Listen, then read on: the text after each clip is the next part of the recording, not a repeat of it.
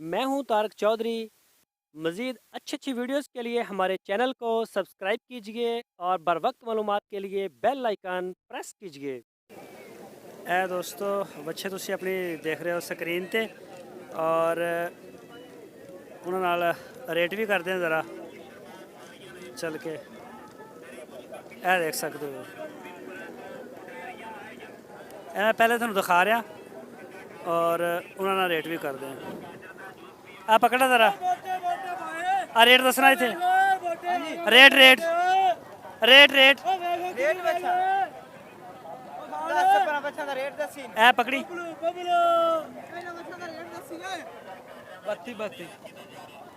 बत्ती बत्ती बत्ती बत्ती हज़ार का। हाँ जी कोई नस्ल केड़ी है देसी ये देसी नस्ल देने सारे चोलस्तानी ते एदियां बोटियां किन्नियां होणगियां इन्हां दियां एक जानवर दियां डेढ़ कमानी है सर 1.5 मन किन्ने लैके आए सी सुबह दे लैके आए 12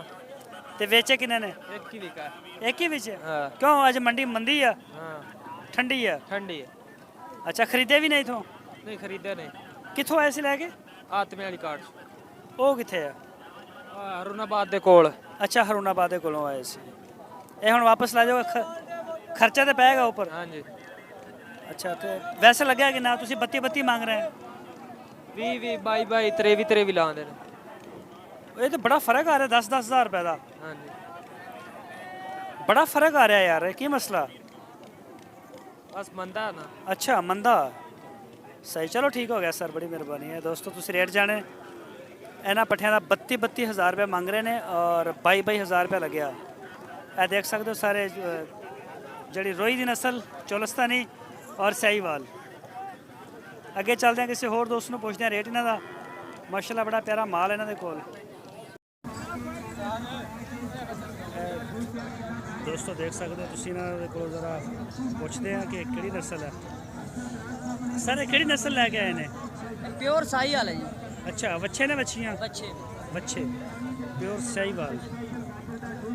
ਕੀ ਮੰਗ ਰਹੇ ਚਾਰਾਂ ਦਾ ਚਾਰਾਂ ਵੱਛਿਆਂ ਦਾ ਕੀ ਮੰਗਦੇ ਪਏ चारों का 1,60,000 1,60,000 ਰੁਪਏ हाँ जी ਲੱਗੇ ਵੀ ਨੇ ਕਿ ਨਹੀਂ ਕੋਈ ਪੈਸੇ लगते ने जी ਕਿੰਨੇ ਕੁ ਲੱਗ ਰਹੇ ਨੇ 1,10 लगता ਅੱਛਾ ਤੇ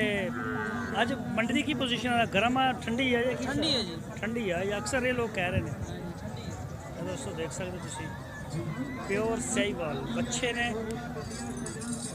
ਅੱਛਾ ਸਰ ਇਹਦੀ ਬੋਟੀ ਕਿੰਨੀ ਕੁ ਹੋਏਗੀ ਇਹਦੀ ਇਹ ਪਹਿਲੇ ਦੀ तकरीबन 2 मन होनी ਇਹਦੇ ਵਿੱਚ ਬੋਟੀਆਂ बोटियां घट के 1.5 मन होनी ਅੱਛਾ 1.5 ਮਨ ਬੋਟੀਆਂ ਹੋਣਗੀਆਂ ਕਿੰਨੇ ਜਾਨਵਰ ਲੈ ਕੇ ਆਏ ਸੀ रह गया है तकरीबन 12 13 12 13 ਜਾਨਵਰ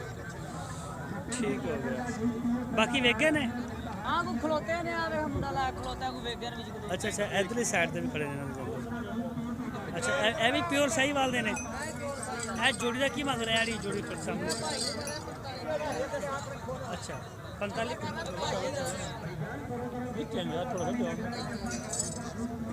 ਇਸ ਜੋੜੀ ਦਾ 45,000 ਰੁਪਏ ਮੰਗ ਰਹੇ ਨੇ ਸਾਹਮਣੇ ਤੋਂ ਨਜ਼ਰ ਆ ਰਹੀ ਹੈ ਔਰ ਥੋੜੇ ਮਸਰੂਫ ਨੇ ਉਹ ਵੀ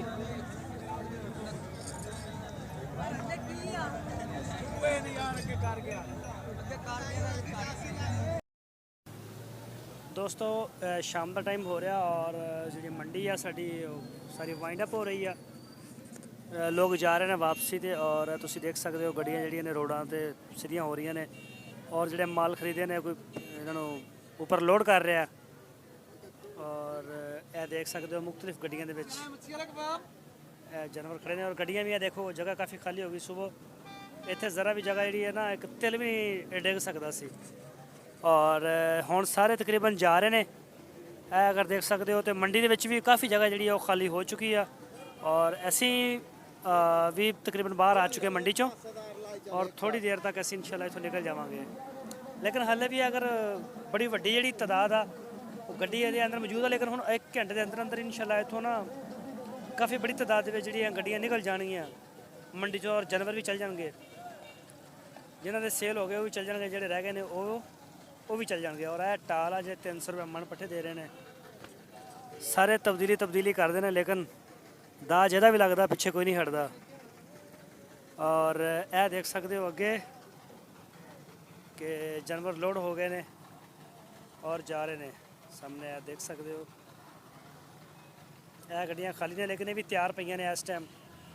ਇਹ ਵੀ ਲੋਡ ਹੋਣ ਵਾਸਤੇ ਤਿਆਰ ਨੇ ਬਿਲਕੁਲ। ਤੇ ਇਹ ਸਾਹਮਣੇ ਕੱਟੇ ਵਗੈਰਾ ਲੱਦੇ ਜਾ ਚੁੱਕੇ ਨੇ, ਇਹ ਸਾਹਮਣੇ ਨਿਕਲ ਰਹੇ ਨੇ ਤੇ ਇਹ ਦੇਖ ਸਕਦੇ ਹੋ। तो ਇਹ ਦੇਖ ਸਕਦੇ ਹੋ। ਲੇਕਿਨ ਅਸੀਂ ਵੀ ਇਨਸ਼ਾਅੱਲਾ ਹੁਣ ਜਾ ਰਹੇ ਹਾਂ ਵਾਪਸ ਔਰ ਫਿਰ ਮਿਲਾਂਗੇ ਇਨਸ਼ਾਅੱਲਾ ਤੁਹਾਨੂੰ अच्छी वीडियो लैके। दोस्तों अपना बड़ा ख्याल रखना। ओके, अल्लाह हाफिज़।